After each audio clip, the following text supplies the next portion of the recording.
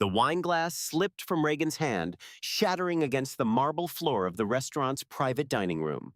Every face at the table turned toward her, but she barely noticed.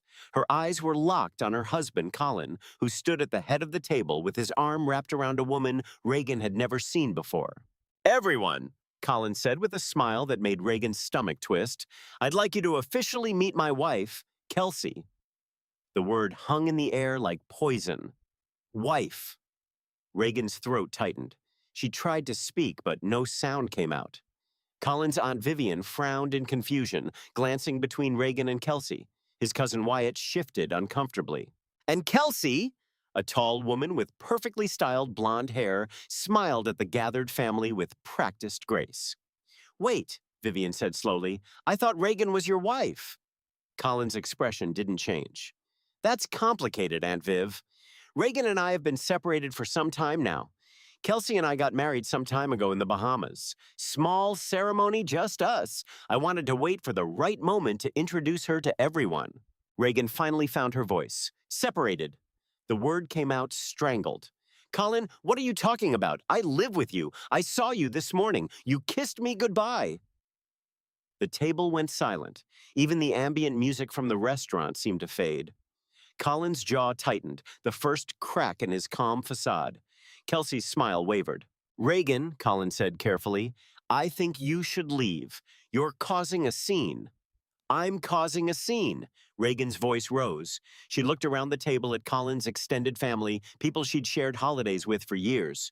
"We're married, legally married. I have the certificate at home. We've been together for some time, married for years." Wyatt pulled out his phone, typing rapidly. His eyes widened. "Colin, man, this is online. Your marriage license to Reagan. It's public record filed years ago." Kelsey's face paled. She turned to Colin. "You said the divorce was finalized." "It is," Colin insisted, but sweat beaded on his forehead. "This is a misunderstanding." "Is it?" Reagan felt something crack inside her, something that had been holding her together for years. She stepped forward, glass crunching under her shoes. "Show them your phone, Colin. Show them the text you sent me this afternoon about what you wanted for dinner tonight. Show them the mortgage documents for our house that you signed last month." Vivian stood up. "Colin, what is going on?" "She's delusional," Colin said quickly. "Reagan and I broke up over a year ago. She's been stalking me, showing up at my work, sending me messages. I didn't want to embarrass her by getting a restraining order, but clearly I should have." The lie was so smooth, so practiced, that for a moment Reagan wondered if she was the crazy one. But then she saw it. Just for a second, Colin's eyes met Kelsey's with a look of panic, and Reagan understood. This wasn't a mistake. This wasn't confusion. This was planned. "You're lying," Reagan whispered. "You're both lying." "Security!" Colin called out, and two men in suits appeared at the doorway. "Please escort this woman out. She's not supposed to be here." "Don't touch me," Reagan said, backing away. She looked at Vivian, at Wyatt, at all of Colin's family members who were staring at her with a mixture of pity and discomfort. "I can prove it. I can prove everything." "I'm sure you can fabricate whatever documents you want," Colin said coldly, "but we're trying to have a family dinner. Please leave."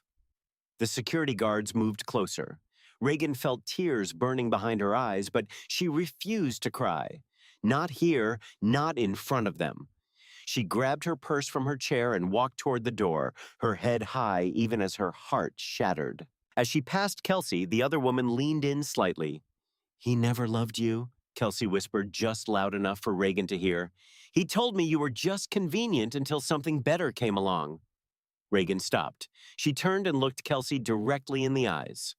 "We'll see about that." Then she walked out, past the security guards, through the elegant restaurant, and into the cool evening air. She made it to her car before the tears came. She sat in the driver's seat, shaking, trying to understand what had just happened. Her phone buzzed, a text from Colin. "Don't come home tonight. Your things will be packed by tomorrow. This is over." Reagan stared at the message. Over. Just like that. After years together, years of marriage, he was ending it with a text message. No, not ending it. He'd already ended it some time ago, apparently when he married someone else. She should call someone.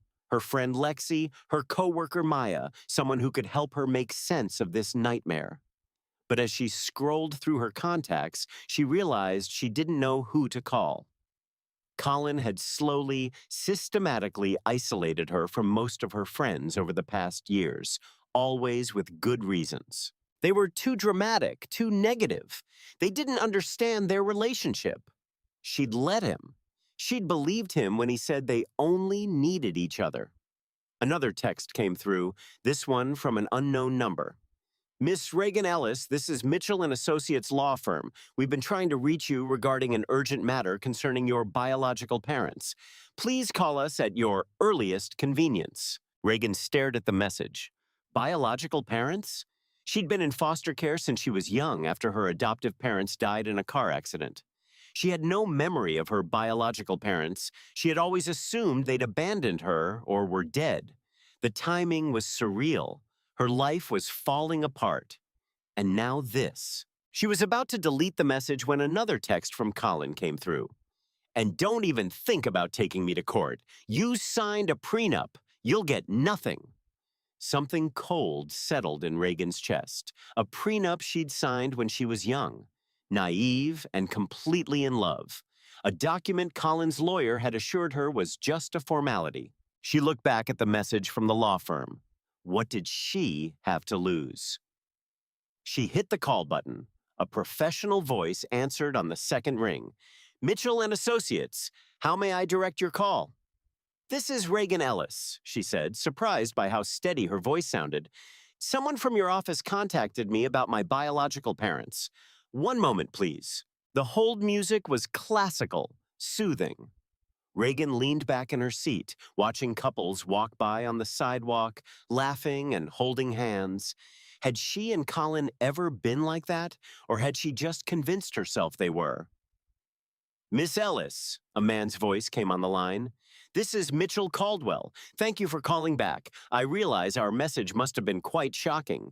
Is there somewhere private we could meet to discuss this matter? It's rather sensitive and involves a substantial inheritance. Inheritance? Reagan repeated numbly. Yes, Miss Ellis, your biological father has been searching for you for quite some time, and there's quite a lot we need to discuss. Reagan didn't go home that night. She couldn't bear the thought of walking into the house she'd shared with Colin, knowing he'd been planning this betrayal while kissing her goodbye each morning. Instead, she checked into a budget hotel near the airport and lay awake, staring at the ceiling until dawn. At dawn, she was sitting in a coffee shop with her laptop, creating a new email account Colin didn't know about. Then she started digging. It wasn't hard to find.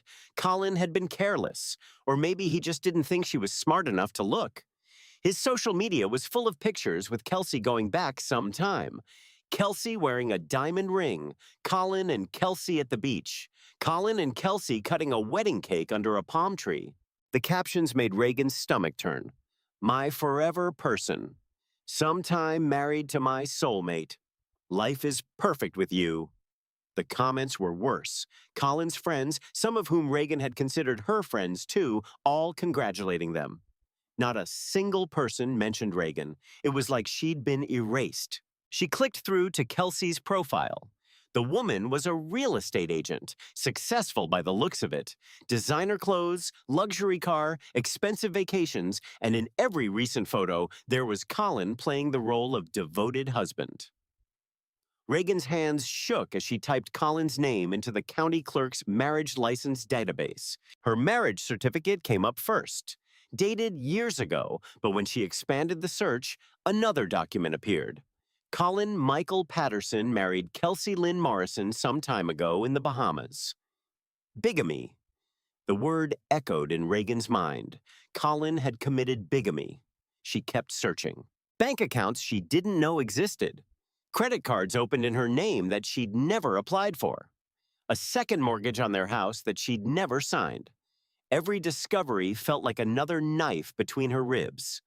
Colin hadn't just betrayed her emotionally. He'd been systematically stealing from her, destroying her credit, building a life with Kelsey, using money and resources that belonged to both of them. Her phone rang. Lexi. Reagan hesitated, then answered, Girl, where are you? I just saw the photos from last night. What happened? Reagan's throat tightened. You saw Kelsey posted them. She tagged Colin's whole family. There are pictures of you leaving, and she captioned it, "When your husband's unstable ex crashes family dinner." Reagan, everyone's talking about it. Of course they were. Humiliation burned through Reagan's chest. It's not what it looks like. I didn't think so. You want to tell me what's really going on? Reagan did. She told Lexi everything, and hearing it out loud made it feel more real and more horrifying. That's illegal, Lexi said when Reagan finished. That's fraud and bigamy. You need to call the police. I need proof first, real proof, not just what I can find online. What about that lawyer who called you about your biological parents? Reagan had almost forgotten. She glanced at the business card she'd written the number on. I'm supposed to meet him today in Bushsides. Go to that meeting, Lexi said firmly, and then we're getting you a lawyer of your own. Colin isn't going to get away with this. The law offices of Mitchell and Associates occupied the top 3 floors of one of the most expensive buildings downtown. Reagan felt underdressed in her jeans and blazer as she rode the elevator up, watching the city shrink below her. Mitchell Caldwell was a distinguished man in his 60s with silver hair and kind eyes. He greeted Reagan personally and led her to a conference room with floor-to-ceiling windows overlooking the skyline. Miss Ellis, thank you for coming. I know this must be overwhelming. You could say that. Reagan sat down, gripping her purse. Your message said something about my biological parents. Yes. Mitchell opened a thick folder. What do you know about your birth? Nothing, really. I was in foster care from a young age after my adoptive parents died. Before that, I have vague memories, but nothing concrete. I always assumed my biological parents either died or gave me up. Your mother did die, Mitchell said gently. She passed away giving birth to you, but your father is very much alive, and he's been searching for you for quite some time. Reagan's heart pounded. Why? Why wait this long? Because he didn't know you existed until you were young. And by then, you'd been placed with adoptive parents. Your mother never told him she was pregnant. She died before she could. Mitchell slid a photograph across the table. It showed a powerful-looking man in his 70s standing in front of a massive corporate building. Your father is Victor Langford. The name meant nothing to Reagan for a moment. Then it clicked. Victor Langford as in Langford Global Enterprises. The same. Your father is one of the wealthiest men in the country, Miss Ellis, and you are his only child. Reagan stared at the photograph.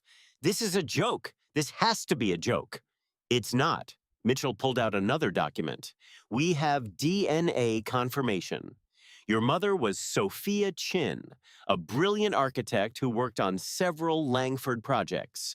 They had a brief relationship. She died in childbirth, and the hospital listed no father on your birth certificate per her previous wishes. She told friends she wanted to raise you alone. Then how did he find me? Your adoptive parents named you Reagan Elizabeth Ellis. Years later, when your father was going through Sophia's belongings, he found a journal. She'd written about her pregnancy, about you. She planned to tell him after you were born. Victor has been searching ever since. Reagan couldn't process this. Yesterday, her husband had introduced his other wife to his family. Today, she was being told she was the daughter of a billionaire. Why now? Why contact me now? Mitchell's expression grew somber. Because Victor is dying. He has some time left. And before he goes, he wants to meet you. He wants to leave everything to you. His entire estate, his company, everything. I don't understand. Why didn't he reach out before? I spent years in foster care. I struggled. I worked multiple jobs to put myself through community college. He tried. When you were placed with the Ellises, Victor's lawyers approached them. They refused to let him contact you. They wanted to protect you from what they saw as a wealthy man trying to claim a child for inheritance purposes. By the time Victor convinced the judge to grant him visitation rights, the Ellises had died in that accident. You were back in the system, and the courts decided it was too traumatic to introduce a stranger claiming to be your father. They sealed the records, so he just gave up. No, he hired investigators to watch over you from a distance. He made sure you were safe, that your foster families were good people. He paid for scholarships you thought were merit-based. He made sure you had opportunities, but he respected the court's decision not to disrupt your life. Reagan's mind reeled. The scholarship that got me through college. That was him. Yes, and now he wants to meet you. He wants to give you everything that should have been yours from the beginning. Mitchell paused. He also knows about your husband. Reagan's blood ran cold. What? Victor has had investigators monitoring your life to ensure your safety. They reported Colin's activities, the bigamy, the fraud, everything. Mitchell slid another folder across the table. Your father wanted you to have this information, and he wanted me to tell you that if you want it, he can provide you with the best legal team in the country to fight back. Reagan opened the folder. Inside were detailed reports of Colin's affair, bank statements showing thousands of dollars transferred to accounts in Kelsey's name, credit applications filed using Reagan's information, and photographs of Colin and Kelsey looking at houses, signing papers, living a whole life that Reagan knew nothing about. The evidence was damning, and it was gift-wrapped. Why would he do this for me? Reagan whispered. He doesn't even know me. Because you're his daughter, because he spent some time regretting that he couldn't be there for you, and because he wants to make sure that for whatever time he has left and whatever time you have after he's gone, you never have to struggle again. Reagan looked at the photograph of Victor Langford again. This stranger who was her father. This man who'd watched her from afar, trying to help without being able to truly be present. Then she looked at the folder of evidence against Colin, against the man who'd made her feel worthless while stealing her identity and her future. When can I meet him? Reagan asked. Mitchell smiled. He's waiting in the next room. He's been there since you arrived. He didn't want to overwhelm you, but he's been hoping you'd say yes. The door to the adjacent conference room opened, and Victor Langford walked through. He was taller than Reagan expected, with silver hair and eyes the same warm brown as hers. When he saw her, his face transformed. Years of burden seemed to lift from his shoulders.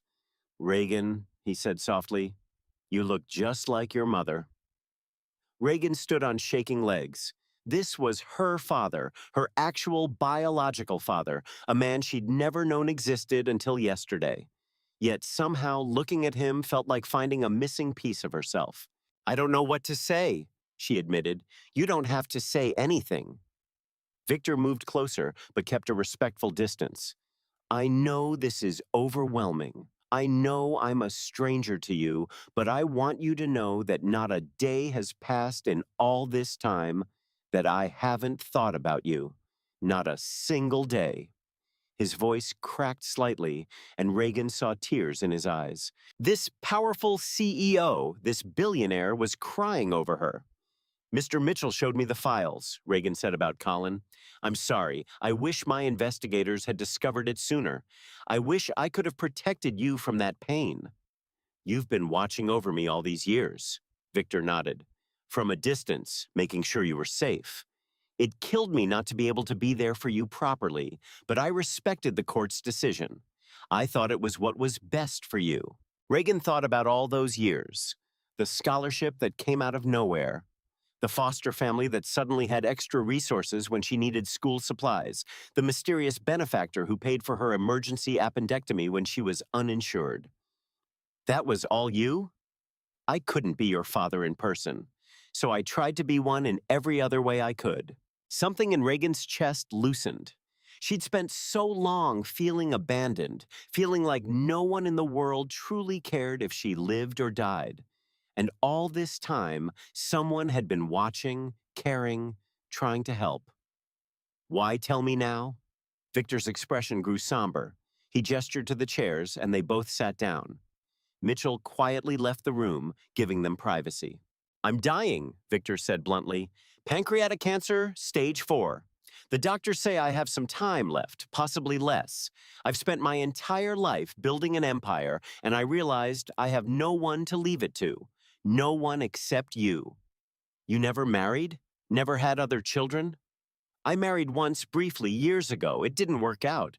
She wanted the lifestyle, but not the person. After that, I threw myself into work and I never forgot Sophia.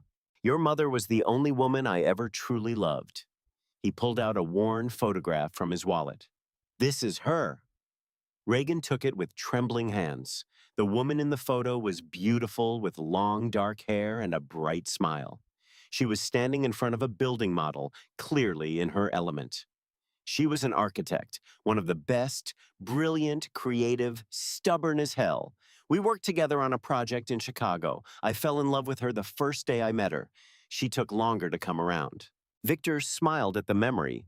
She was independent. She didn't want to be seen as someone who needed a man, especially a wealthy one. She wanted to build her career on her own merit. She sounds amazing. She was, and she would have been an incredible mother. Victor's voice grew thick. She wrote about you in her journal, about how excited she was to meet you. She picked out names, made plans. She was going to tell me after you were born. She wanted to introduce us when she was ready, but she died. And I lost both of you in one moment. Except I didn't know you existed until sometime later when I finally found her journal. By then, you'd already been placed with the Ellises. Reagan set the photograph down gently. I don't remember much about my adoptive parents, mostly just feelings. They were kind, they loved me, but then they were gone and I was alone again. I know, and I'm sorry. I'm sorry I couldn't be there. I'm sorry the system kept us apart. I'm sorry for all of it. They sat in silence for a moment. Outside the windows, the city hummed with life, people going about their days, unaware that Reagan's entire world had shifted on its axis. Mr. Mitchell said you want to leave me everything? Reagan said finally. I do. Langford Global Enterprises, my personal fortune, properties around the world, all of it. You're my daughter. It should be yours. I don't know anything about running a company. I work as an administrative assistant. I barely finished community college. You're brilliant. I've read your school records, your work evaluations. You're capable of so much more than you've been allowed to show. And you won't be alone. I have an entire executive team who can help you learn. But more than that, I want to spend whatever time I have left getting to know you, teaching you about the company, telling you about your mother. Being your father, even if it's only for a short while. Reagan felt tears welling up. I don't know if I can do this. Yes, you can. You're Sophia's daughter. You're my daughter. You can do anything. Victor reached across the table, his hand hovering near hers, asking permission. Reagan took it and his grip was warm and strong. And you don't have to do it alone anymore. What about Colin, the evidence in that folder? That's entirely up to you. I can provide you with the best legal team in the country. They can make sure Colin and his accomplice face consequences for what they've done, but only if that's what you want. I won't push you into anything. Reagan thought about Colin's face at the restaurant, the cold dismissal, the way he'd made her feel crazy in front of his family. I want them to pay, she said quietly. I want everyone to know the truth. Victor nodded. Then they will. I'll set up a meeting with our legal team for tomorrow. They'll help you gather everything you need. That fast? Reagan, when you have the resources I do, things can move very quickly, especially when those resources are motivated by protecting my daughter. His expression hardened slightly. Colin Patterson has no idea what's about to hit him. Despite everything, Reagan felt a small smile tug at her lips. What happens now? Now we go to my house. Your house if you want it. I have guest rooms prepared. We have dinner. We talk. And tomorrow we start building the life you should have always had. Just like that. Just like that. Unless you need time. I understand if this is too much, too fast. Reagan thought about the hotel room she'd slept in last night, the house she'd shared with Colin that she couldn't bring herself to return to. The life she thought she had that had crumbled in a single evening. No, she said, I don't need time. I've wasted enough time already. Victor stood, and Reagan did too. He opened his arms hesitantly, and after a moment, Reagan stepped into them. He hugged her tightly, and she felt something she hadn't felt in years since before the Ellises died. She felt safe. Victor's house was not a house, it was an estate. The car drove through iron gates and up a winding driveway lined with perfectly manicured hedges. The mansion at the end looked like something from a movie, all stone and glass and elegant architecture. "Your mother designed this," Victor said as they pulled up. "It was one of her last projects before she died. I had it built exactly to her specifications. I've lived here for some time, hoping that someday you might see it." Reagan stared at the building. Her mother had created this. "It's beautiful. Wait until you see the inside." The interior was just as stunning. High ceilings, natural light flooding through massive windows, and an open floor plan that felt both grand and somehow intimate. Every detail was thoughtful, elegant without being cold. A woman in her 50s appeared in the foyer. "Mr. Langford, and this must be Reagan." She smiled warmly. "I'm Margaret. I manage the house. It's wonderful to finally meet you. Finally! Your father has been talking about this day for years," Margaret said. "We all have. Welcome home." The word echoed strangely in Reagan's ears. She'd never really had a home, not since she was young. Just places she stayed until she had to leave. "Margaret, could you show Reagan to the guest suite we prepared? I'll have dinner ready soon." "Of course. This way, Reagan." Reagan followed Margaret up a sweeping staircase to the second floor. The guest suite was bigger than the entire apartment she'd shared with Colin. A massive bed, a sitting area, a bathroom with a tub that could fit 3 people, and a walk-in closet that was currently empty. "We took the liberty of bringing some clothes in your size," Margaret said, gesturing to several shopping bags on the bed. "Nothing fancy, just some comfortable things for now. Your father thought you might not want to go back to your old place right away." He was right. Reagan touched one of the bags. Inside were jeans, sweaters, a few dresses, all high quality but understated. "Your father has been preparing for this for a long time," Margaret said gently. "He never gave up hope, and now you're here. I still can't believe it's real. It's real, and you deserve every bit of it." Margaret moved toward the door. "Freshen up if you'd like. Dinner will be in the main dining room, down the stairs, through the living room. You can't miss it." After Margaret left, Reagan sat on the edge of the bed and pulled out her phone. Many missed calls from Colin. Many text messages, each more aggressive than the last. "Where are you? You need to come get your things. You can't just disappear. I'm serious, Reagan. Come home now. Fine, be that way. But don't come crying to me when you have nowhere to go." She blocked his number, then she called Lexi. "Hey, I've been worried. Where are you?" "You wouldn't believe me if I told you." "Try me." So Reagan explained everything. The lawyer, Victor, the estate, the inheritance. By the time she finished, Lexi was silent. "Reagan girl, are you telling me you're a secret billionaire heiress?" "Apparently. And my father's been watching over me this whole time?" "Yeah, and he's got lawyers ready to destroy Colin?" "That's the plan." Lexi let out a long breath. Okay, this is insane, but also this is the best thing I've ever heard. Colin is going to lose his mind." "Good. What happens next?" "Tomorrow I meet with the legal team. We build a case and then we take Colin down. I want updates, all of them. And Reagan, I'm happy for you. You deserve this, all of it." After hanging up, Reagan stood and walked to the window.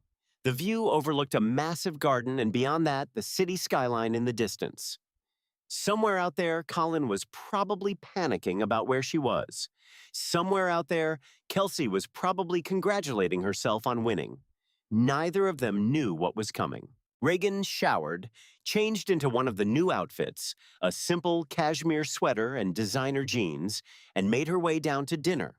Victor was waiting in the dining room, which was surprisingly cozy despite its size. The table was set for 2 with candles and what looked like a home-cooked meal.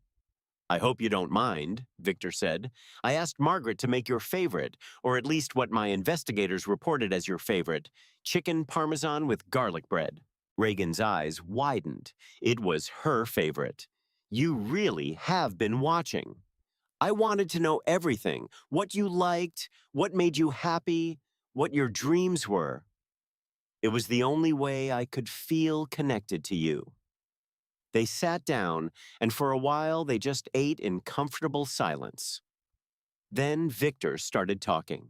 He told her about Sophia, about their relationship, about the projects they'd worked on together. He told her about his company, about the buildings they'd constructed around the world, about the legacy he'd built. Langford Global isn't just about making money, Victor explained. Your mother believed that architecture should serve people, should make their lives better. Every building we construct, we think about the humans who will use it. That's her influence. That's her legacy.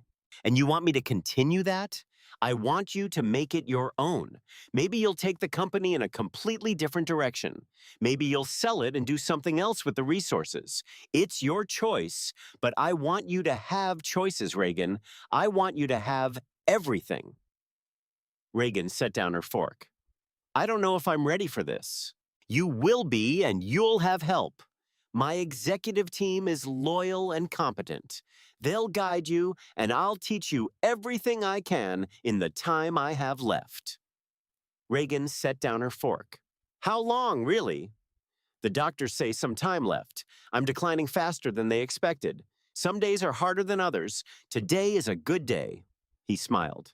The best day I've had in years, actually, because I'm here, because you're here, because I finally get to tell you everything I've wanted to say for all this time.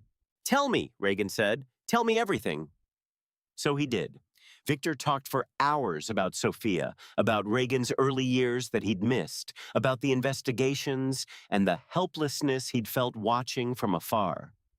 He talked about his regrets and his hopes, and slowly, Reagan felt something shift inside her.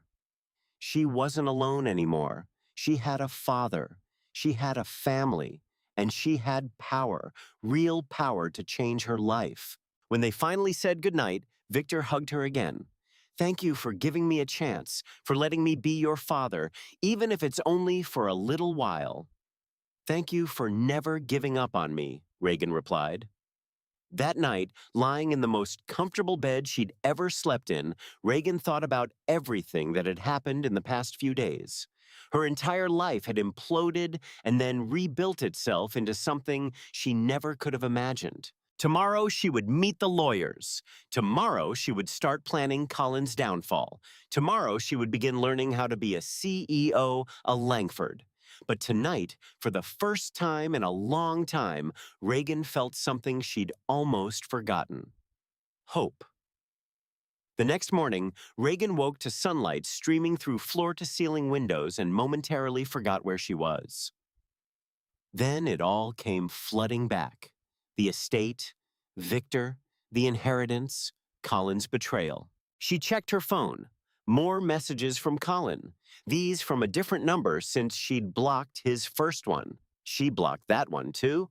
Then got dressed in another outfit from the shopping bags, navy slacks and a cream silk blouse that felt impossibly expensive against her skin. Margaret knocked on her door soon. Good morning. Your father is in his office when you're ready. Breakfast is waiting. The office was a massive room lined with bookshelves and windows overlooking the garden. Victor sat behind an enormous desk working on a laptop, but he looked up and smiled when Reagan entered. How did you sleep? Better than I have in some time, maybe years. Good, come sit. We have a lot to discuss before the lawyers arrive. Reagan sat in one of the leather chairs facing his desk. A breakfast spread was laid out on a side table. Fresh fruit, pastries, eggs, coffee. She helped herself to coffee and a croissant. I've been thinking, Victor said, about what happens next, not just with Colin, but with everything. I want to make sure you're prepared. Prepared for what? For the company. For the media attention when this becomes public. For people who will try to take advantage of you. For family members who will crawl out of the woodwork claiming they deserve a piece of what you've inherited. Reagan sat down her coffee. I didn't even think about that. Most people don't, but it's important. You're about to become one of the wealthiest women in the country. People will treat you differently. Some will resent you. Others will try to manipulate you. You need to be ready. How do I prepare for that? By being smart, by trusting the right people, by never forgetting who you are and where you came from. Victor pulled out a folder. I've prepared something, a trust fund that's been growing since you were born. It's separate from the main estate and it's yours immediately. Some time of compound interest on an initial investment. Reagan nearly choked on her croissant. How much currently? About 75 million. It's yours today, right now, regardless of what happens with the company or the rest of the estate. 75 million. The number was so large it didn't feel real. I don't know what to say. Don't say anything. Just promise me you'll use it wisely. Invest in yourself. Build the life you want and never let anyone make you feel small again like Colin did. Exactly. Which brings us to this morning's meeting. The legal team will be here soon. They're going to ask you a lot of questions, some of them difficult. They need to understand the full scope of Colin's actions to build the strongest case possible. I can handle it. I know you can, but I also want you to know that I'll be there. You don't have to do this alone. Soon, 3 lawyers arrived. Mitchell Caldwell, whom Reagan had already met, plus 2 others. Catherine Mills, a sharp-eyed woman in her 40s who specialized in fraud cases, and Robert Lang, a criminal attorney with a reputation for being ruthless. They sat around the conference table in Victor's office, and Catherine opened her laptop. Miss Ellis, we need to walk through everything Colin has done. Start from the beginning. When did you meet him? Reagan took a breath. Some time ago, I was working as a waitress while going to community college. Colin came in with some coworkers. He was charming, attentive. He kept coming back, and eventually he asked me out, and the relationship progressed quickly. Yes, within some time, he'd convinced me to move in with him. He said it would save money. A year after that, he proposed. Did anything seem unusual during this time? Reagan thought back. He was always very interested in my finances. He wanted to know about my credit score, my student loans, whether I had any savings. At the time, I thought he was just being practical, planning for our future together. Robert made notes. When did you get married? Years ago. Small ceremony, just us and a few friends. Colin said his family couldn't make it. Looking back, I realize I never actually met most of his family until the other night. And after the marriage, did he have access to your financial information? Yes, we opened joint accounts. He handled all the bills because I was working 2 jobs and going to school. He said it was easier if he managed everything. Catherine leaned forward. Did you sign any documents during this time that you didn't fully understand? The prenup? His lawyer said it was standard, that it just protected assets we each brought into the marriage. I didn't have anything, so I signed it. I trusted Colin. Do you have a copy of that prenup? It should be in our files at home, but I can't go back there. We'll handle that, Mitchell said. We can get a court order to retrieve your personal documents. What about credit cards or loans? Catherine asked. Reagan pulled out her phone and opened her email. I started getting notifications some time ago about accounts I didn't recognize. Maxed out credit cards, a personal loan. I asked Colin about it, and he said it must be identity theft. He said he'd handle it. He was stealing your identity, Robert said flatly, using your information to fund his lifestyle with Kelsey. I found evidence of that yesterday. Bank transfers, mortgage documents, credit applications, all using my name and social security number. Catherine's expression was grim. That's federal fraud, identity theft, financial abuse. Combined with the bigamy, Colin is looking at serious prison time. What about Kelsey? Reagan asked. She had to know. She called me his unstable ex in front of his family. She knew he was still married to me. If we can prove she knew she's complicit in the fraud, she could face charges too. Robert pulled up something on his tablet. I looked into her background. She has a history of relationships with married men. This isn't her first time being the other woman, but it might be her last. Catherine said, if we can connect her to the fraud, if we can show she benefited from stolen money and resources, she'll face consequences. Victor, who'd been quiet until now, spoke up. What's the timeline for this? How long until we can file charges? We need a few days to gather everything: financial records, witness statements, documentation of the bigamy, but we can start the process immediately. Mitchell looked at Reagan. Are you sure this is what you want? Once we file, there's no going back. This will be public, messy. Colin will fight back. Reagan thought about Colin's face at the restaurant. The cold dismissal, the way he'd made her feel crazy in front of his family, making her look unstable and delusional. I'm sure. I want everyone to know the truth. I want them both to face consequences. Then we'll get started. Catherine will handle the fraud and financial abuse angle. Robert will work on the criminal charges for bigamy and identity theft. I'll coordinate everything and handle the civil suit for damages. What about me? Reagan asked. What do I do?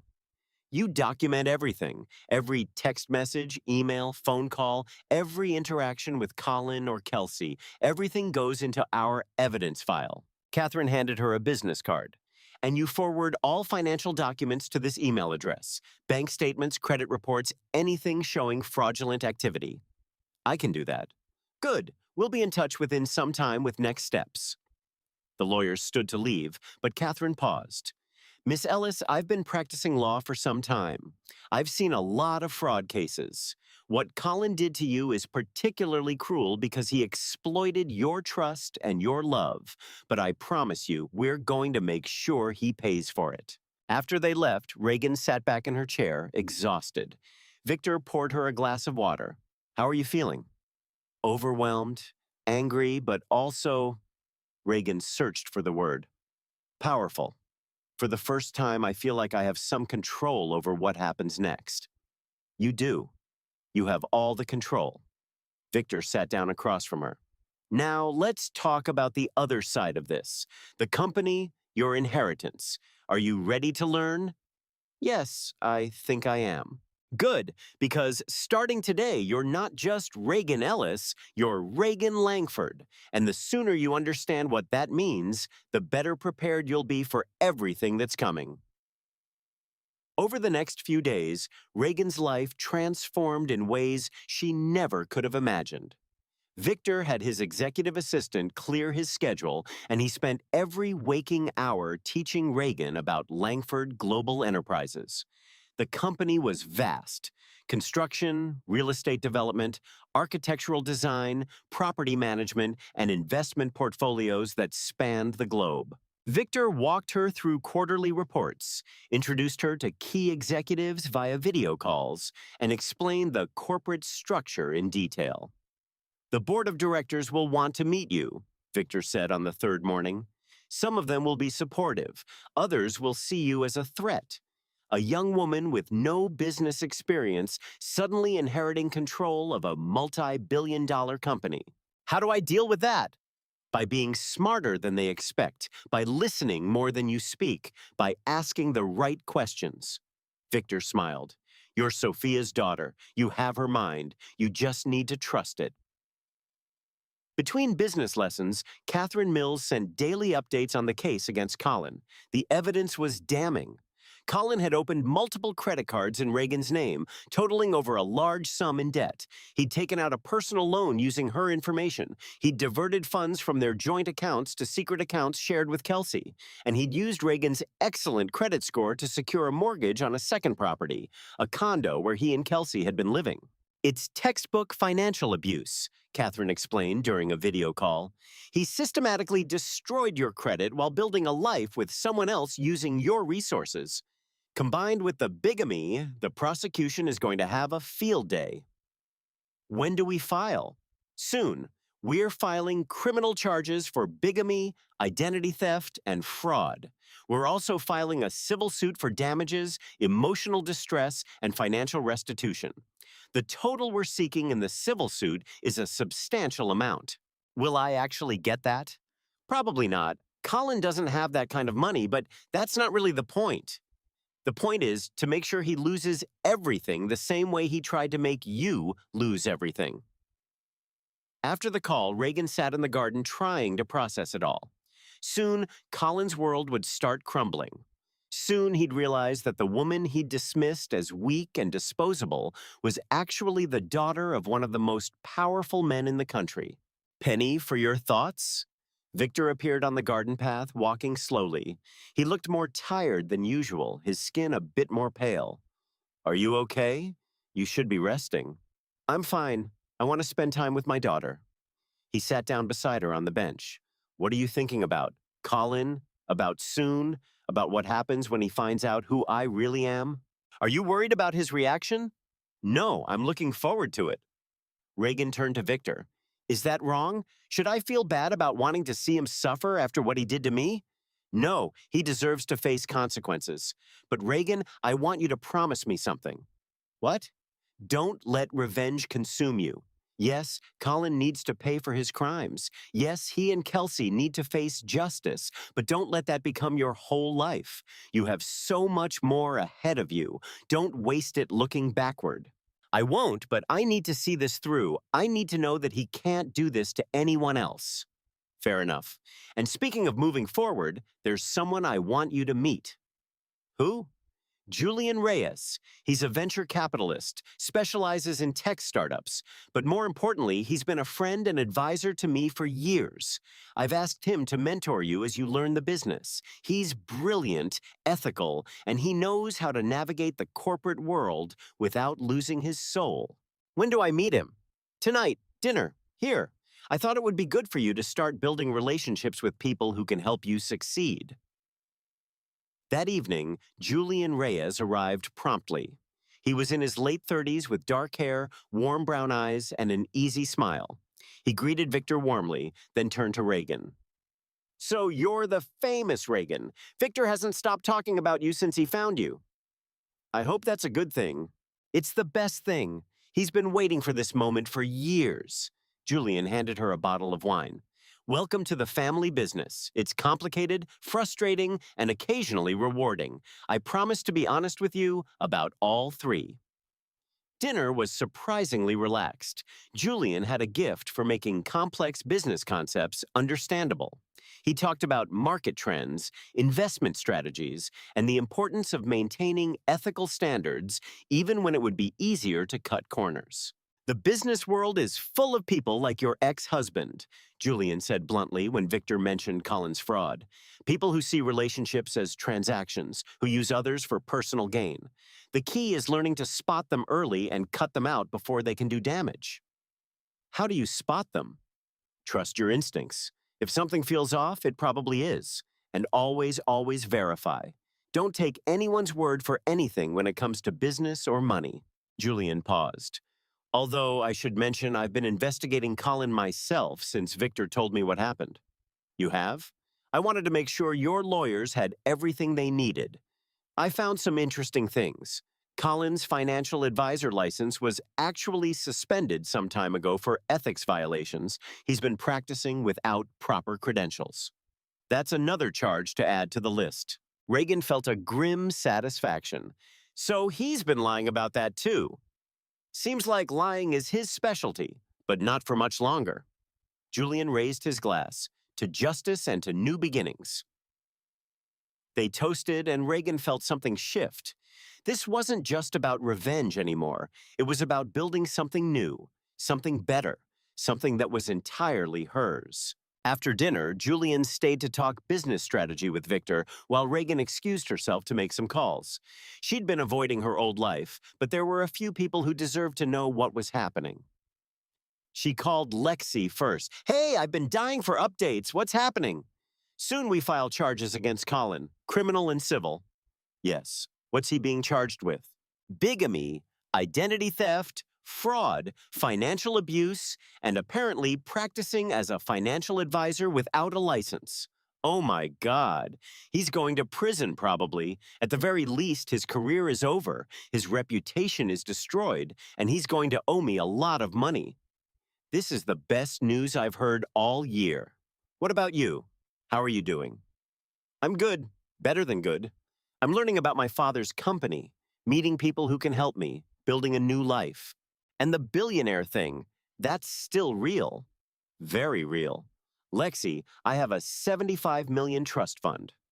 Silence then. I'm sorry, what?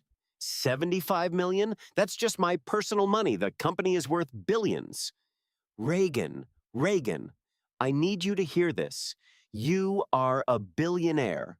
You are literally the richest person I know. This is insane. I know, I keep waiting to wake up. Don't wake up. This is the life you deserve. After everything Colin put you through, after all the struggling, you deserve this. They talked for another hour with Lexi, demanding details about the estate, the clothes, the meeting with Julian. By the time Reagan hung up, she was smiling. The next call was harder. Maya, her coworker at the administrative firm where she'd worked until recently. Maya, who'd been her closest friend at work, who'd listened to her complain about Colin's long hours and mysterious absences. Reagan, where have you been? You haven't been to work all week. Are you okay? I'm okay. Better than okay, but I need to tell you something. I'm not coming back. What? What? Did something happen with Colin? Colin and I are done. He's been committing fraud and bigamy. He's going to be arrested. Wait, what? Reagan explained, leaving out the part about Victor and the inheritance. She wasn't ready for that to be public yet. Oh my God, I can't believe it. Colin seems so normal, so nice. He was good at pretending. But Maya, I need you to understand, I'm okay. I'm more than okay. I can't explain everything right now, but I'm starting a new job, a better one. I'm going to be fine. Are you sure? Do you need anything? I'm sure, but thank you for being a good friend, for listening when I needed someone. After Maya, Reagan sat on her bed and scrolled through her old contacts. There weren't many people left to call. Colin had systematically isolated her from most of her friends, always with reasonable excuses.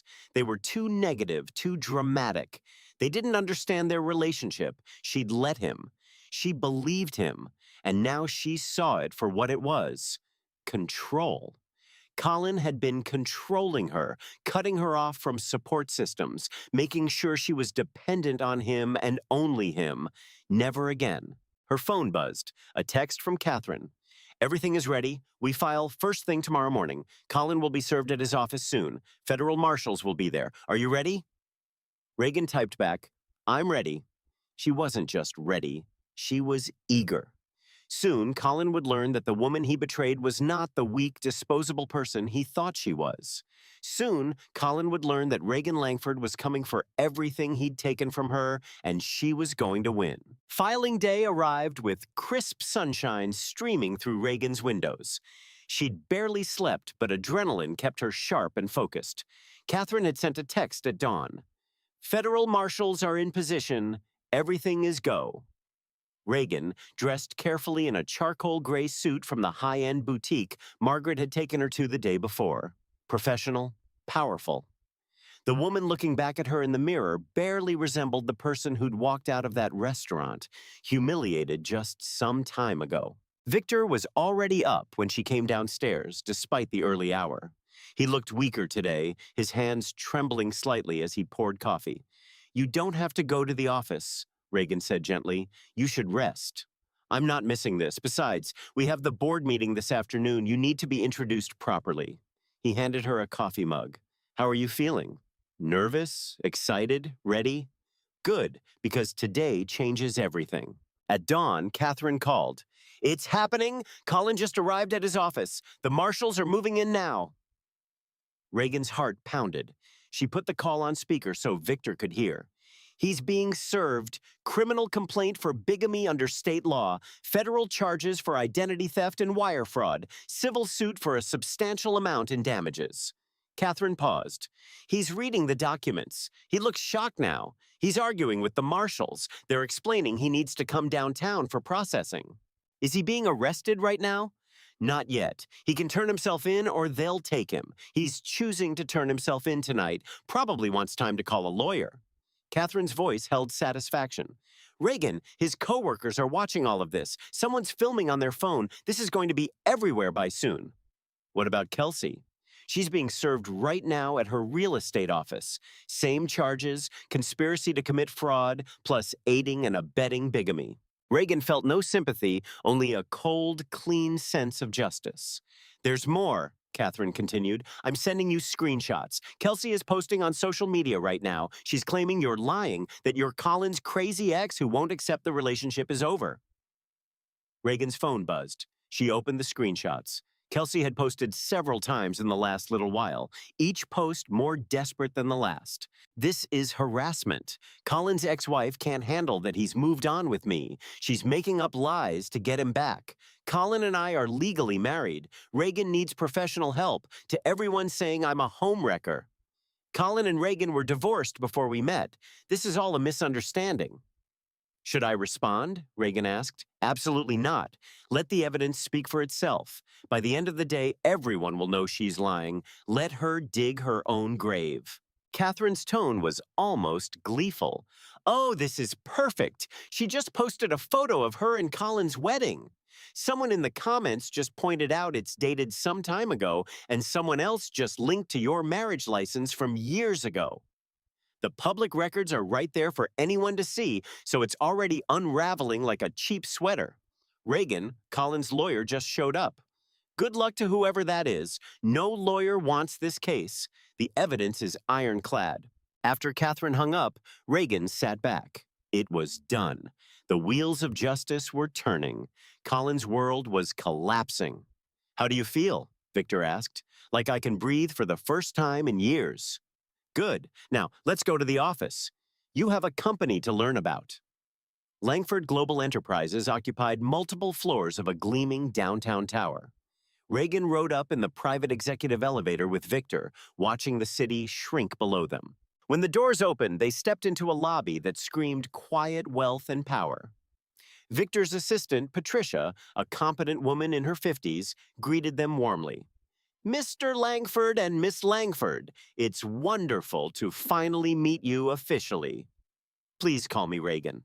Of course, everyone is ready for the board meeting soon. I've prepared briefing materials for you. Patricia handed Reagan a tablet. These are profiles on each board member, their backgrounds, their areas of expertise, and Victor's notes on their personalities and likely reactions to your introduction. Reagan scrolled through the board members. Impressive credentials, and according to Victor's notes, at least 3 who would actively oppose her taking over the company. They're going to test you, Victor said as they walked to his office. They're going to ask difficult questions, try to find weaknesses, assess whether you're capable of leading. And if they decide I'm not, they don't get to decide. I control the majority of shares, but it's better if you win them over. You'll need their expertise and support. Victor's office was massive, with a view that seemed to encompass the entire city. Reagan walked to the windows, looking out at the world that was about to become hers. Your mother stood in this exact spot, Victor said quietly. When we were designing this building, she said a CEO's office should remind them that they serve something larger than themselves, that every decision they make affects thousands of lives. Did she know how profound she was? Always. Sophia saw the world clearly. She understood that with power comes responsibility. He moved to stand beside her. That's what I want you to understand, Reagan. This isn't just about money or revenge or proving Colin wrong.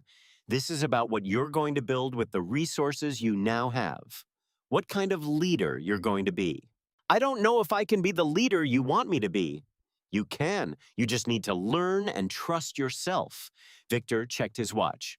The board meeting is soon. Let's use that time. I want to walk you through the company's current projects, our challenges, our opportunities, and I want you to ask questions.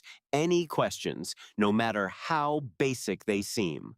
They spent the next several hours diving deep into Langford Global's operations.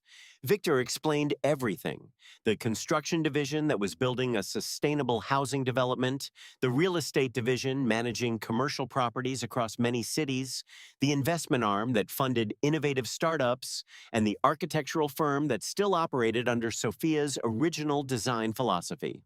We're profitable, Victor said. Very profitable, but profit isn't everything. Your mother taught me that. She wanted the company to matter, to make a difference. So we've established parameters. We don't build in environmentally sensitive areas. We pay workers above market rates. We invest in communities we develop in. Doesn't that cut into profits? In the short term, yes. In the long term, it builds loyalty, attracts talent, and creates sustainable growth. Plus, it's the right thing to do. Julianne arrived soon with lunch and more advice. The board is going to focus on your inexperience. Don't let them bully you. Acknowledge what you don't know, but make it clear you're committed to learning. And remember, you don't have to have all the answers. That's what advisors are for. What if they try to push me out? They can't. Victor controls the shares, but they can make your life difficult if they decide to be obstructive. So win over the ones you can, manage the ones you can't, and always be 3 steps ahead of everyone. Soon, Reagan walked into the boardroom with Victor at her side. Many faces turned toward her, expressions ranging from curious to skeptical to openly hostile. Victor moved to the head of the table. Thank you all for coming on short notice. As you know, my health is declining. I don't have much time left, and I wanted to introduce you to my daughter and my successor as CEO of Langford Global Enterprises. This is Reagan Langford. The room erupted. Questions flew from all directions. Daughter? Since when do you have a daughter? She has no experience. How can she possibly run this company? Victor, this is insane. The board should have been consulted. Victor raised his hand and the room quieted. I don't need the board's permission to name my successor. I control the majority of shares, but I am asking for your cooperation and support. Reagan is brilliant, capable, and she has the vision and values this company needs to move forward. An older man, Richard Sterling, according to the briefing materials, leaned forward. With all due respect, having vision and values isn't the same as having business acumen. How much does Miss Langford know about construction, real estate, corporate finance?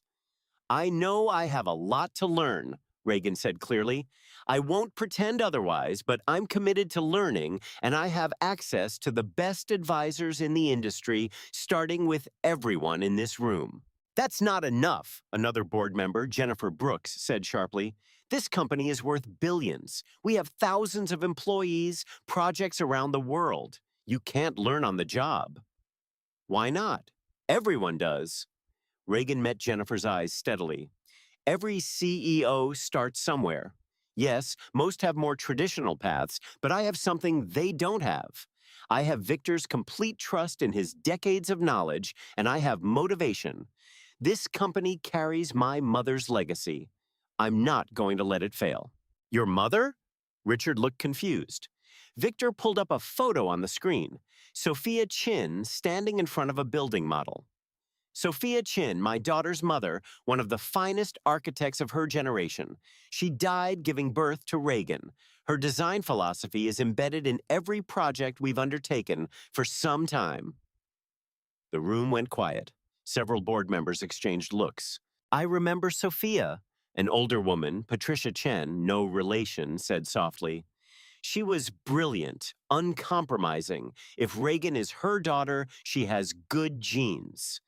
Genes aren't enough, Jennifer insisted. We need guarantees, a transition plan, oversight. You'll have all of that, Victor said. I'm not dying tomorrow. I have some time, maybe more if I'm lucky. Reagan will shadow me every day. She'll attend every meeting, participate in every major decision, learn from the ground up, and when I'm gone, she'll have the full support of our executive team. And if she fails, Richard asked bluntly, then the board can vote to replace her. But I don't think that's going to happen. Victor looked at Reagan. Why don't you tell them about your morning? Reagan understood. He wanted her to show strength, to demonstrate that she could handle difficult situations. This morning, Reagan said, I filed criminal charges against my ex-husband for bigamy, identity theft, and fraud. He spent years manipulating me, stealing from me, destroying my credit while living a double life with another woman. He thought I was weak, disposable. He was wrong. She had their attention now. Every eye in the room was fixed on her. I learned something from that experience. I learned that the worst thing you can do is underestimate someone. My ex-husband did that, and it's going to cost him everything. I'm hoping this board won't make the same mistake. The room was silent. Then Patricia Chen started clapping slowly. Others joined in. "Well said," Patricia told her. "Welcome to Langford Global, Miss Langford. I look forward to working with you." Not everyone was convinced. Richard and Jennifer still looked skeptical, but several board members seemed intrigued, and that was a start. After the meeting, Julian pulled Reagan aside. "That was impressive. You held your ground." I was terrified. "Didn't show. You came across as confident and competent. That's half the battle." Julian smiled. "For what it's worth, I think you're going to do great things with this company." "You barely know me." "I know enough. Victor talks about you constantly, and I saw how you handled that boardroom. You've got steel in you. You're going to need it for what's coming." "What do you mean?" "Colin's arrest is going to be news. When people connect you to Victor, to Langford Global, it's going to be huge news. You need to be ready for media attention, probably a lot of it."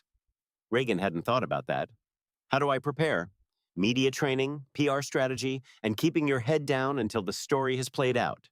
Julian handed her his card. "Call me if you need anything." "I mean that." That evening, Reagan and Victor sat in his office as the sun set over the city. Reagan was exhausted, overwhelmed, but also exhilarated. "You did well today," Victor said, "with everything." "I just said what I felt." "That's exactly what you should do.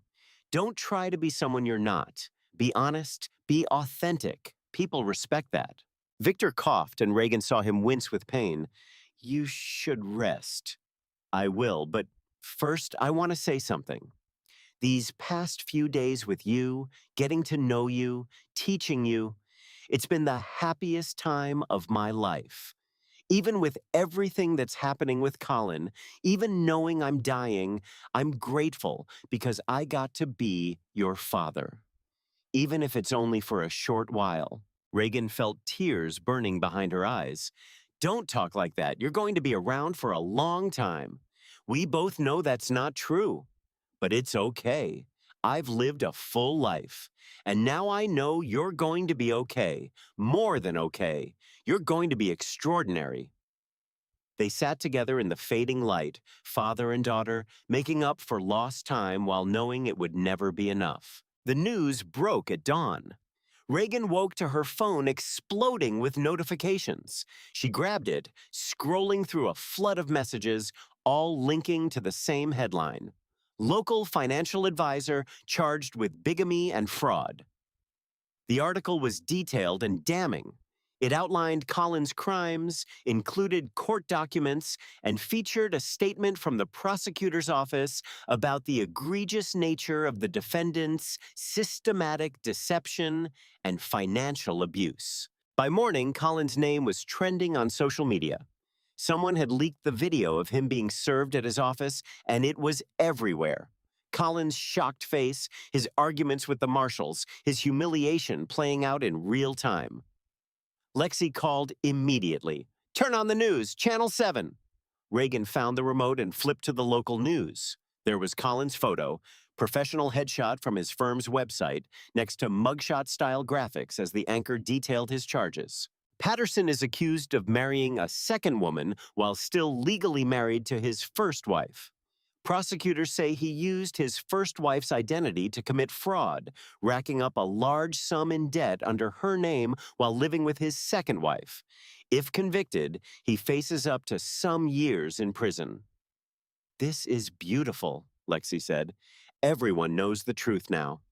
Have you seen Kelsey's social media?"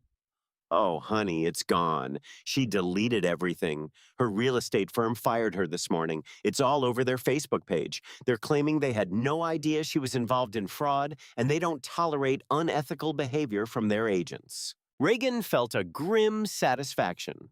Kelsey had posted just the day before about how in love she was, how perfect her life was. Now it was all crumbling. "There's more," Lexi continued. People who know Kelsey are coming forward. Turns out this isn't her first time being a mistress. There's a woman posting about how Kelsey had an affair with her husband some time ago. Another woman saying Kelsey specifically targets married men because they try harder. So she's a serial home wrecker. Exactly. And now everyone knows it. Her reputation is destroyed. Her career is over, and she's facing criminal charges. I'd feel bad for her if she wasn't such a terrible person. After hanging up with Lexi, Reagan scrolled through social media. The story had taken on a life of its own. People were dissecting Colin's and Kelsey's social media histories, finding more lies, more evidence of deception. Colin's high school friends were posting about how he'd always been a manipulator. Kelsey's former coworkers were sharing stories about her unethical behavior. The court of public opinion had reached its verdict, guilty on all counts. Catherine called soon. Have you seen the news? All of it? Good, because we need to talk about next steps. Colin's lawyer called me this morning. He wants to negotiate a plea deal already. The evidence is overwhelming. Colin knows he's going to lose if this goes to trial, so he's trying to minimize the damage. Catherine's voice was all business. The offer is this. Colin pleads guilty to the bigamy charge and 1 count of identity theft. In exchange, the prosecutor drops the wire fraud charges. He'd be looking at probably some years instead of more. What about Kelsey? Separate negotiation, but her lawyer is also talking deals. She's claiming she didn't know about the fraud, that Colin told her he was divorced, but we have evidence she knew. We have circumstantial evidence, text messages that suggest she knew, but nothing definitive. The prosecutor thinks they can make the aiding and abetting charge stick, but it's not guaranteed. Catherine paused. Here's what I think. Let Colin plead guilty. Get him on record admitting what he did. That strengthens our civil case. As for Kelsey, let the prosecutor decide how hard to push. Either way, her career is destroyed, her reputation is ruined, and she's facing serious legal consequences. What about the money? The civil suit? That's where we need to focus. Colin's going to prison. But before he does, we need to seize every asset we can.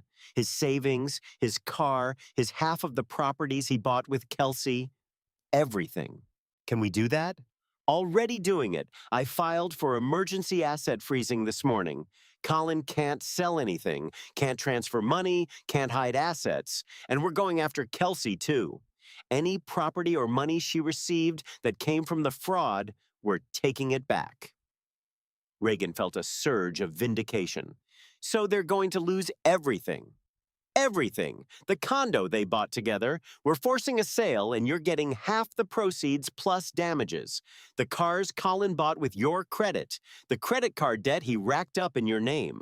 The judge is ordering it nullified and Colin has to pay the balance plus emotional distress damages, court costs, and punitive damages. How much are we talking about in terms of what you'll actually collect? Probably around $500,000 once we sell assets and garnish Colin's wages for the next decade. It's not the full amount we asked for, but it's substantial. And more importantly, it's everything Colin has. $500,000. Some time ago, that would have seemed like an impossible sum. Now, with $75 million sitting in her personal account, it felt almost insignificant, but that wasn't the point. I don't care about the money, Reagan said. I want him to have nothing. I want him to feel what he made me feel. He will. Trust me, he will. The hearing was scheduled for the following week. Colin would appear before a judge to enter his plea and face the initial consequences of his actions. Catherine wanted Reagan there. You don't have to testify or say anything, but I want the judge to see you, to understand that you're real, that you were harmed, that this isn't just paperwork. Your presence matters. Reagan agreed. She wanted to be there. She wanted to look Colin in the eyes and let him see that she'd survived, that she'd won. The media attention intensified over the next few days. Reporters started digging into Reagan's background, and inevitably they discovered her connection to Victor Langford. The headlines shifted. Bigamy victim is secret billionaire heiress. Reagan's phone rang constantly. Reporters requesting interviews, old acquaintances suddenly wanting to reconnect, people she'd never met claiming to be long-lost friends or family. Victor's PR team went into overdrive, issuing a brief statement. Reagan Langford is Victor Langford's daughter and will be joining Langford Global Enterprises in a leadership capacity. She asks for privacy as she pursues legal action against those who have wronged her. Short, professional, giving away nothing, but the speculation was everywhere. News articles analyzed Reagan's transformation from struggling administrative assistant to billionaire CEO. Business reporters discussed what her leadership might mean for Langford Global, and social media was obsessed with the story's dramatic arc. "This is like a movie," one viral post read. Husband cheats on wife with another woman. Wife discovers she's secretly a billionaire. Husband goes to prison. Wife becomes CEO of major corporation. Someone needs to option this for Netflix. Lexi sent Reagan dozens of screenshots. "You're famous, like actually famous. There are memes about you." The most popular meme was a split screen. Reagan's old driver's license photo showing her tired and worn down next to a recent photo snapped by paparazzi as she left Langford Global's headquarters looking polished and powerful in a designer suit. The caption, "The glow up is real." Reagan didn't know whether to laugh or cry. Her life had become entertainment for millions of strangers. "This is insane," she told Victor that evening. "I can't go anywhere without someone recognizing me." It'll die down eventually. The news cycle moves fast, but for now, use it. Victor was lying on the couch in his home office, too weak to sit at his desk. Use the attention to control your narrative. Do one interview with someone you trust and tell your story your way, then refuse all others. Who would I interview with? Patricia Chen from the board. She has a podcast about women in business. It's respected, professional. You could talk about your mother's legacy, about your plans for the company, about overcoming adversity. Make it about your future, not Colin's crimes. That's actually a good idea. I have them occasionally. Victor smiled weakly. Reagan, I want you to prepare yourself. The hearing soon is going to be hard. Seeing Colin, hearing him plead guilty, watching him face consequences, it might bring up feelings you weren't expecting. Like what? Sadness, grief, maybe even misplaced sympathy. You spent years with him. Part of you probably still remembers the good times, the person you thought he was. It's okay to mourn that loss while also being glad he's facing justice. I don't think I'll feel sympathy. Maybe not, but if you do, don't feel guilty about it. You're allowed to have complicated feelings. That's what makes you human. Victor reached for her hand. And Reagan, I'm proud of you for how you've handled all of this. For your strength, your mother would be proud too. Reagan squeezed his hand gently, careful of how fragile he felt. Thank you for finding me, for giving me all of this. Thank you for letting me be your father, even if it's only for a little while. The courtroom was smaller than Reagan expected. She sat in the front row with Catherine and Victor, who'd insisted on coming despite his obvious weakness. Across the aisle, Colin sat with his attorney, refusing to look in their direction. He looked terrible. His suit was wrinkled, his hair unkempt, and there were dark circles under his eyes. This was a different Colin from the confident man who'd introduced Kelsey as his wife. This Colin looked defeated. Kelsey was at a separate hearing. Her case was proceeding independently, though Catherine assured Reagan that the outcome would be similar. Guilty plea, financial consequences, and ruined reputations. The judge entered and everyone stood. Judge Martha Williams was a stern-looking woman in her 60s with sharp eyes that missed nothing. "Mr. Patterson," she said after reviewing the documents, "you're here to enter a plea on the charges of bigamy and identity theft. How do you plead?" Collins stood. His voice was barely audible. "Guilty." "Your Honor, speak up, Mr. Patterson." "Guilty," Colin repeated louder this time.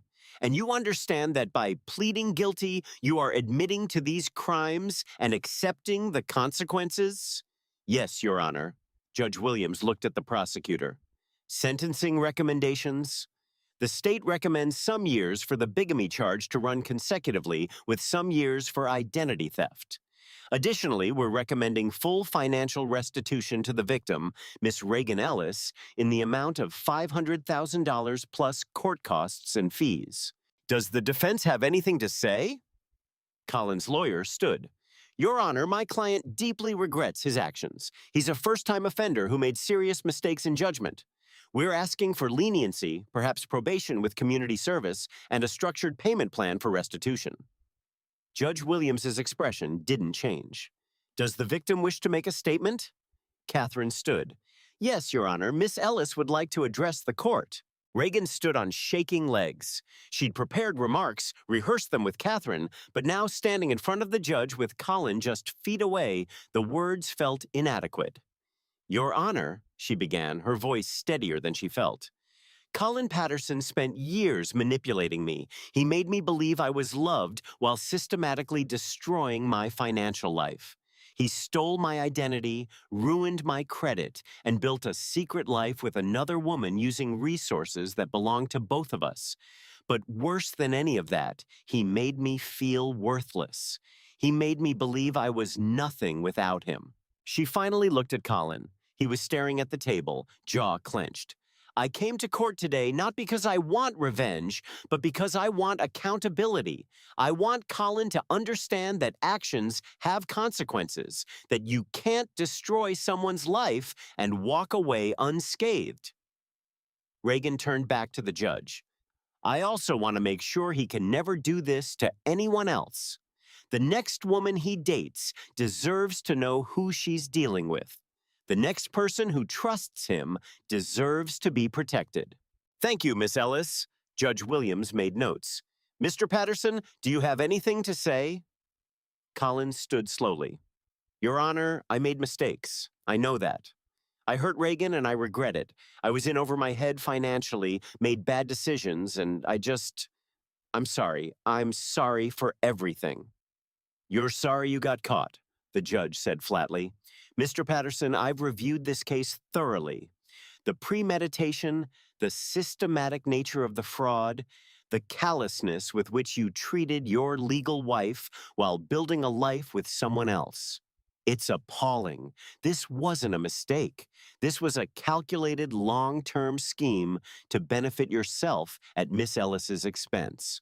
Colin's lawyer started to speak, but the judge held up a hand. I've made my decision. Mr. Patterson, you are sentenced to some years in state prison for bigamy and some years for identity theft to be served consecutively, a total of years. You will also pay full restitution to Miss Ellis in the amount of $500,000 with payment to begin immediately through asset liquidation and continuing through wage garnishment upon your release. Additionally, you will be required to attend financial responsibility classes and will be on probation for some years following your release. Colin's face went white. His lawyer whispered urgently in his ear. Your Honor, the lawyer said, we'd like to request that the sentences be served concurrently, not consecutively. Request denied. Mr. Patterson committed 2 separate crimes. He'll serve time for both. Judge Williams looked at Colin. You destroyed your wife's financial life while claiming to love her. You lied to everyone around you. You showed no remorse until you were caught. This sentence reflects the severity and deliberate nature of your crimes. When do I report? Colin asked, said quietly. You have some time to get your affairs in order. After that, you'll report to the county facility for processing and transfer to state prison. The judge banged her gavel. This court is adjourned. Colin was led away by the bailiff. He didn't look at Reagan as he left, but she saw his shoulders shaking. He was crying. Reagan felt no satisfaction in his tears, no victory in his breakdown. She just felt empty. Outside the courtroom, reporters swarmed. Catherine and Victor's security team created a path to the car, but questions were shouted from all directions. How do you feel about the sentence? Are you satisfied with the outcome? What's next for you? Reagan kept her head down and said nothing until they were safely in the car. Some years, she said. Finally, he's going to prison for some years. He earned every day of it, Catherine said firmly. And honestly, he got off light. Federal wire fraud charges would have added more. I know, I thought I'd feel different, happier, more satisfied. Victor put his arm around her shoulders. Justice doesn't always feel the way we expect it to. Colin's going to prison. His life is ruined. But that doesn't erase what he did to you. It doesn't give you back the years he stole. So what do I do now? You move forward. You build the life you deserve. You become the person you were always meant to be. Victor coughed and Reagan saw him wince with pain. We need to get you home. You're exhausted. I'm fine. You're not fine. You shouldn't have come today. Yes, I should have. You needed support and I wanted to be there. Victor smiled weakly. That's what fathers do. Back at the estate, Victor went straight to bed. The doctor had been called. Margaret informed Reagan. Victor's condition was deteriorating faster than expected. He might only have some time left. Reagan sat in the garden trying to process everything. Colin was going to prison. Kelsey's hearing was soon, and based on what Catherine said, she'd face similar consequences. The fraud charges would stick. The civil judgments would destroy whatever was left of their finances. Justice had been served. So why did Reagan feel so hollow? Her phone rang. Julian. Hey, I saw the news. Are you okay? I don't know. I should be happy. Colin's going to prison. I won, but I just feel tired. That's normal. You've been running on adrenaline for some time. Now that the crisis is over, you're coming down. Julian paused. Do you want company? I can come by if you need someone to talk to. That would be nice, actually. Julian arrived sometime later with Thai food and a bottle of wine. They sat in the garden as the sun set, eating and talking about everything except Colin and the trial. Tell me about your work, Reagan said. About the startups you invest in. Julian's eyes lit up. Right now, I'm most excited about a company developing affordable solar panels for low-income housing. The technology is impressive, but more than that, the mission matters. They want to make sustainable energy accessible to everyone, not just people who can afford expensive installations. That sounds like something my mother would have supported. Practical solutions that help people. Exactly. That's the kind of work I gravitate toward. Yes, I want profitable investments, but I also want investments that matter. He refilled her wine glass. What about you? What do you want to do with Langford Global? I don't know yet. I'm still learning, but I think I want to continue what Victor and my mother started. Building things that matter, creating spaces where people can thrive. That's a good mission, Julian smiled. You know, when Victor first told me about you, I was skeptical. Not because of anything you've done, but because I've seen a lot of people inherit wealth and power and completely waste it. But talking to you now, seeing how you've handled everything with Colin, the way you're approaching the company, I think you're going to be great at this. You barely know me. I'm getting to know you and I like what I see. Julian met her eyes. Is that okay to say that? Reagan felt something flutter in her chest. Yeah, that's okay. They talked until the stars came out about business and life and what it meant to start over. For the first time since the restaurant incident, Reagan felt like herself again. Not Colin's victim, not Victor's long-lost daughter, just Reagan talking to someone who saw her as a person, not a headline or an heiress. When Julian left, he paused at the door. This is probably terrible timing, but I'd like to take you to dinner sometime. A real date, not just business or emergency emotional support. I'd like that. Good. When things settle down, when you're ready, let me know. After he left, Reagan checked on Victor. He was sleeping, his breathing shallow and labored. The doctor had left medication and instructions. It wouldn't be long now. Reagan sat beside his bed, holding his hand. Thank you, she whispered, for everything, for finding me, for fighting for me, for being my father. Victor's eyes fluttered open. Reagan, I'm here. The trial, it's over? Colin's going to prison for some years. We won. Good. Victor's grip tightened slightly. I'm proud of you. So proud. Rest now. We can talk in the morning. No. Need to tell you. Victor struggled to sit up and Reagan helped him. The company, you're ready. Believe in yourself. Trust your instincts. You have everything you need.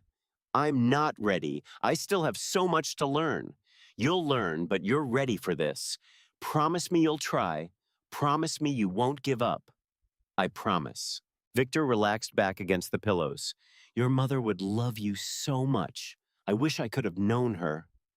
She's in you, her strength, her vision, her heart." Victor's eyes closed. "You're going to do great things, Reagan. I know it. Rest now. Save your strength." But even as she said it, Reagan knew. Victor's time was running out. The doctor had been right. They had some time, maybe only days. She stayed with him through the night, holding his hand, making sure he wasn't alone. And when morning came, she was still there, ready to face whatever came next. Sometime later, Reagan stood in Victor's old office, which was now hers, looking out at the city. Spring had arrived, bringing new growth and fresh possibilities. Below, construction crews were working on Langford Global's newest project, a mixed-use development that combined affordable housing with community spaces, exactly the kind of project Sophia Chin would have championed. Victor had passed away quietly sometime after Colin's sentencing. He'd held on long enough to see Reagan officially take the reins of the company, long enough to know she'd be okay. At his funeral, business leaders and competitors alike had spoken of his integrity, his vision, and his pride in his daughter. "He talked about you constantly those last months," Patricia Chen from the board had told Reagan. "You gave him purpose. You gave him joy. That's a gift." Reagan had grieved, was still grieving, but she'd also thrown herself into work, learning the business, making decisions, earning the respect of the board and the executive team. Richard Sterling, the board member who'd been most skeptical, had become one of her strongest supporters. "You proved me wrong," he told her after she successfully navigated a complex negotiation with a difficult client. "You're tougher than I gave you credit for." Victor chose well. The company was thriving under her leadership. They'd landed major contracts in the last period. Employee satisfaction scores were up, and Reagan had implemented new policies around work-life balance and parental leave that were already attracting top talent. But more than the business success, Reagan had started the Sophia Chin Foundation. Using a portion of her personal wealth, the foundation provided legal aid, financial counseling, and housing assistance to women escaping abusive or fraudulent relationships. It was her way of turning her pain into something meaningful. "You're helping women like you," Lexi had said when Reagan showed her the foundation's plans. "Women who think they're trapped, who don't know they have options. That's incredible." The foundation had helped many women in its first period, women who discovered financial fraud, women facing bigamy, women systematically isolated and controlled. Each one got access to lawyers, accountants, and therapists. Each one got support to rebuild their lives. Reagan thought Colin would hate knowing that his crimes had led to something positive, that his betrayal had become the seed for an organization helping others. Speaking of Colin, he was currently serving his sentence in a state facility some distance away. Reagan had received 2 letters from him, both begging for forgiveness, both claiming he'd changed. She'd thrown them away without responding. He didn't deserve her forgiveness. He didn't deserve anything from her. Kelsey had received some years for her role in the fraud. She'd been released early for good behavior and had apparently moved to another state, trying to rebuild under a different name. The internet had other plans. Someone had created a website documenting her history of affairs and fraud. Her new identity had been exposed within weeks. Some people online thought it was too harsh. Reagan thought it was justice. A knock on her office door pulled Reagan from her thoughts. "Come in." Julian entered with coffee and a smile. They'd been officially dating for some time now, taking things slow but steady. He understood her need to focus on work, to process her grief over Victor, to find her footing in her new life, and he never pushed, never demanded more than she was ready to give. "Board meeting soon," he reminded her. "Ready for the quarterly report presentation?" "As ready as I'll ever be. The numbers are good. We're exceeding projections across all divisions." "Because you're doing a great job. They're going to see that." Julian set the coffee on her desk and leaned against it. "How are you feeling about everything, really?" Overwhelmed, excited, scared, grateful. Reagan smiled. All of it at once. That sounds about right for someone who's gone from administrative assistant to billionaire CEO in some time. When you say it like that, it sounds insane. It is insane. But you're handling it. You're not just surviving, Reagan, you're thriving. Some days it doesn't feel like thriving. Some days I still can't believe any of this is real. It's real. And you earned it. Not the inheritance, maybe, but everything you've done since. That's all you. Julian moved closer, taking her hands. You took the worst thing that ever happened to you and transformed it into something powerful. That's not luck. That's strength. I had help. Victor, the legal team. I didn't do this alone. No one does anything alone. But you're the one who made the choices. You're the one who stood up and decided to fight back instead of letting Colin destroy you. A text message interrupted them. Catherine Mills. Kelsey violated her parole. She's being sent back to finish her full sentence, plus additional time for the violation. Reagan showed Julian the message. She couldn't help herself. She was involved in another fraud scheme, pretending to be a real estate agent when her license was permanently revoked. Some people never learn. Julian shook his head. But that's not your problem anymore. You moved on. You built something better. He was right. Colin and Kelsey were footnotes in her story now. Important because they'd led her here, but no longer defining her present or her future. The board meeting went well. Reagan presented the quarterly results with confidence, fielded questions competently, and even made a joke that got genuine laughs. When she proposed expanding the Sophia Chin Foundation and the board unanimously approved additional funding, she felt Victor's presence as if he were sitting beside her, proud. After the meeting, Jennifer Brooks, the board member who'd been most hostile at first, pulled Reagan aside. I owe you an apology, Jennifer said. I didn't think you could do this. I thought Victor was making an emotional decision that would hurt the company. I was wrong. You were protecting the company. I understand that. Maybe, but I should have given you more credit. You've exceeded every expectation. Victor knew what he was doing, Jennifer smiled. Your mother would be proud. I met her once years ago. She was brilliant and uncompromising. I see her in you. That evening, Reagan stood on her private balcony at the estate, the same balcony where Victor had stood countless times. The garden below was in full bloom, exactly as Sophia had designed it.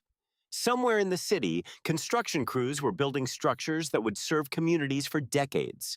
And across the country, women were getting help through the foundation, breaking free from abusive situations, reclaiming their lives. Her phone rang. Lexi.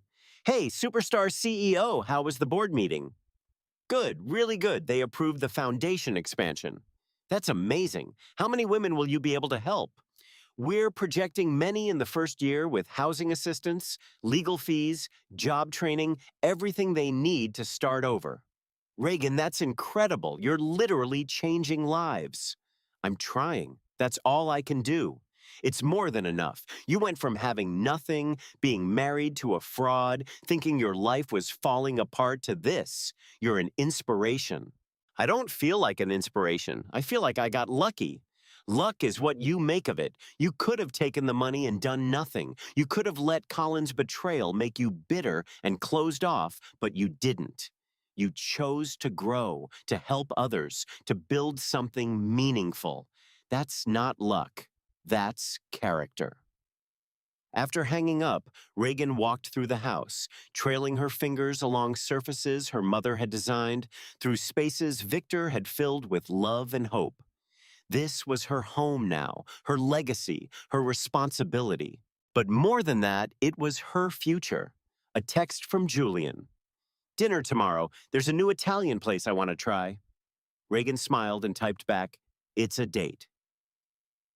There was still grief. She missed Victor every day, mourned the father she'd only just found. There was still anger when she thought about Colin's betrayal, about the years he'd stolen from her. There was still uncertainty about whether she could really do this, run a billion-dollar company, honor her parents' legacy, make a difference. But there was also hope, Real, genuine hope for the first time in longer than she could remember.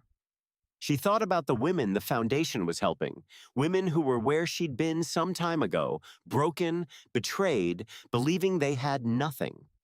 Now they'd have resources, support, a fighting chance. She thought about the buildings Langford Global was constructing. Spaces designed with empathy and vision, just as Sophia Chin had always insisted. Affordable housing that would give families stability, community centers that would bring people together, parks and green spaces that would let children play safely. She thought about Victor's final words. You're ready. Believe in yourself. Maybe she was ready, or maybe she'd figure it out as she went. Either way, she wasn't alone anymore. She had Julian, Lexi, the executive team, the board members who'd become allies, and the memory of two parents who'd loved her even when they couldn't be together. Reagan pulled out her phone and opened her photos. She'd scanned the picture of Sophia that Victor had given her. Her mother smiling in front of a building model, vibrant and alive and brilliant. I hope I'm making you proud, Reagan whispered to the image. Both of you. The city lights twinkled in the distance. Tomorrow there would be meetings and decisions and challenges. There would be difficult negotiations and complex problems. There would be people trying to take advantage of her youth and inexperience. But Reagan Langford was ready for all of it. She'd survived betrayal. She'd found her family. She'd claimed her inheritance and learned to wield the power that came with it. She had transformed her pain into purpose, and she was just getting started.